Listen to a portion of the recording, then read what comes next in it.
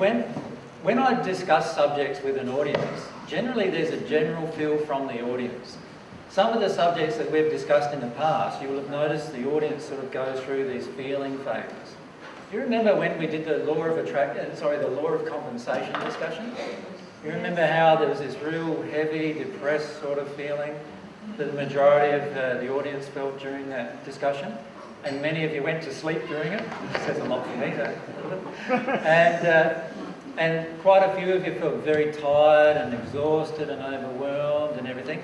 And then when I started to address the spirits who were with us and talk to the spirits about how they were feeling and talk to you about how you were feeling about the law of compensation, all of a sudden things started to raise again. I don't know if you remember that, but that was the general feeling in the audience. What's happening today is that many of you believe inside of your hearts that you do not have an issue with anger.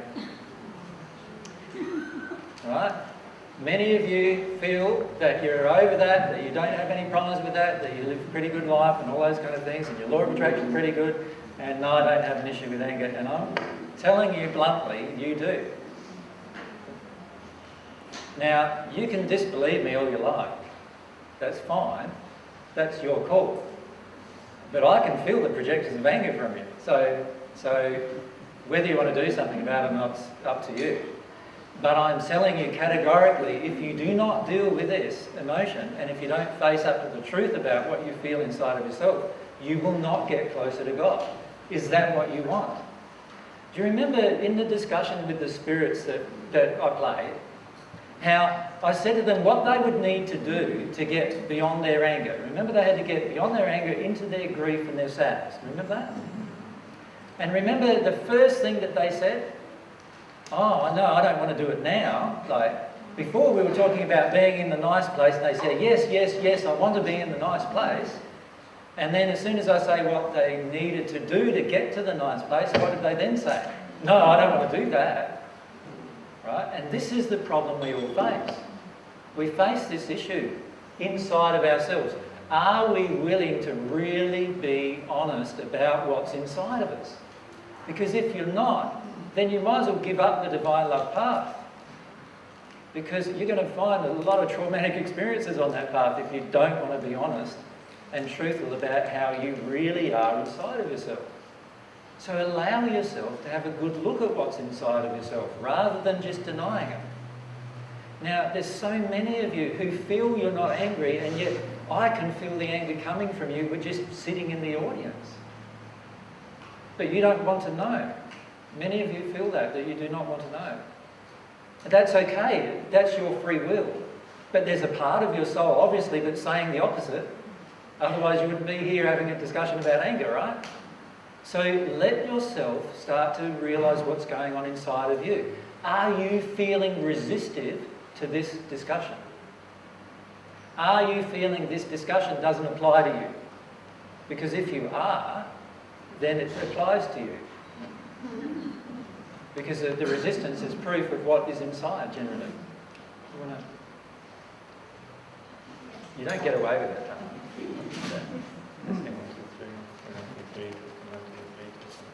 Just trying to adjust that.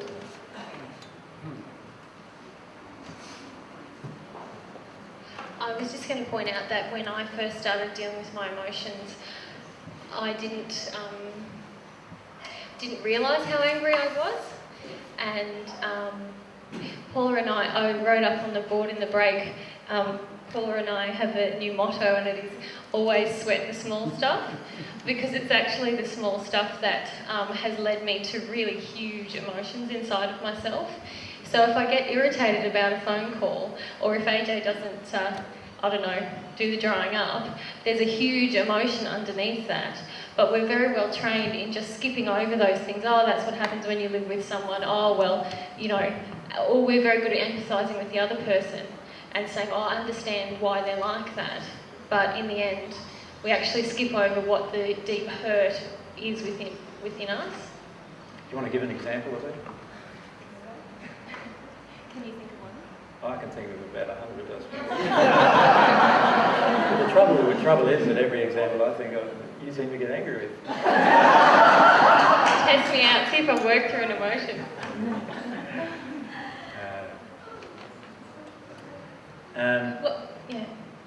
When the very first time we met, it was about a year and a quarter ago or so, and we met in Mary's mother and father's home, and Mary, we started having a discussion, but my problem was I was tongue-tied, and so she didn't get much out of me, right, in terms of a discussion.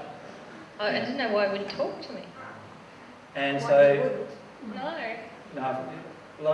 like, I'm just blown away by this lady, so how can I solve them? Like, that's the way I feel. But Mary felt quite annoyed at that. Yeah. See, I didn't know. And it was one of these emotions that were coming up for Mary that she didn't notice at the time, but now is quite large for her, and that is an emotion of this person doesn't want to hear me, doesn't want to interact with me, doesn't want to really know who I am. That was the emotion that was triggered in her right in that instant. But all I felt was a bit of annoyance coming from her, and she wouldn't have hardly even noticed that emotion at the time. Then a week or two after that, she was very angry then. What was that about, though?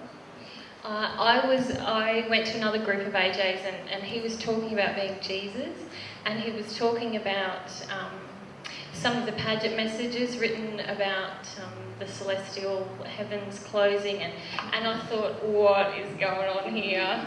There's some kind of, fire and brimstone person lurking in there, and I was very afraid. And the emotions I was avoiding was a lot of deep hurt that I have about organised religion and what that has done on the planet for a long time. But I had some fear on top of that's what he was on about. And instead of feeling the fear, or even feeling the hurt, or even the fear, I went straight into anger and projected. I think Andrew's at that meeting, and Helga, you'll remember.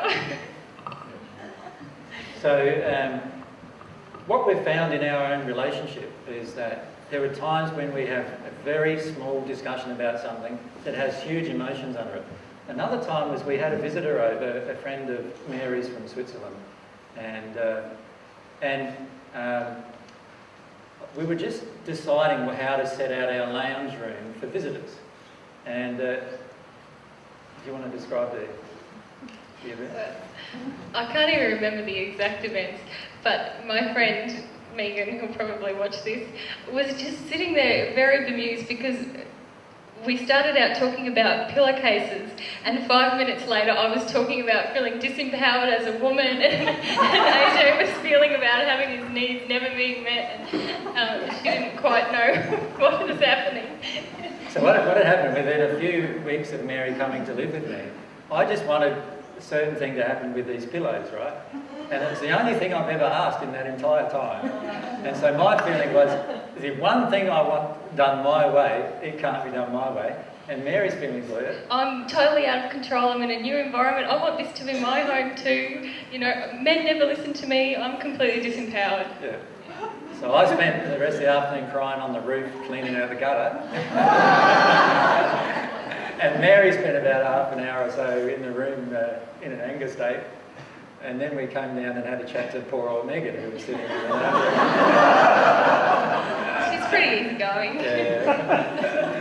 So can you see how just a tiny little thing, there can be some really large emotions.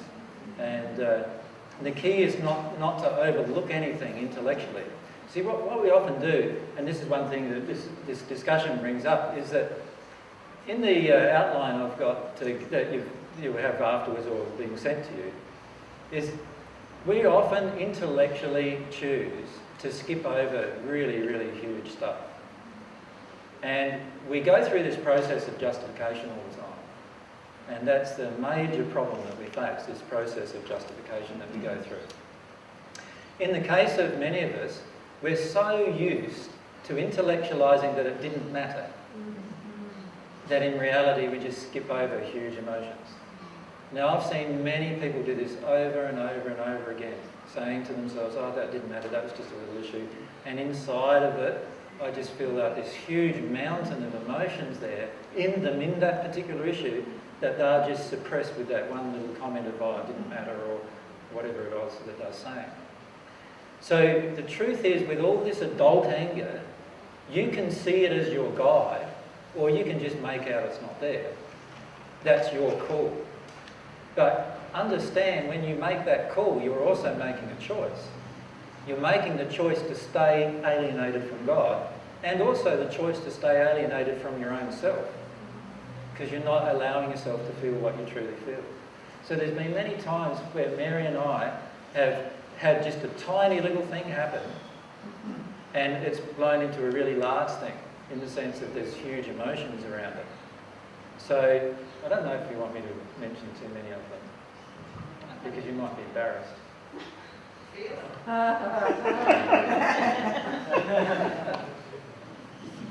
And maybe if I can mention a few of mine, and that way you won't be so embarrassed.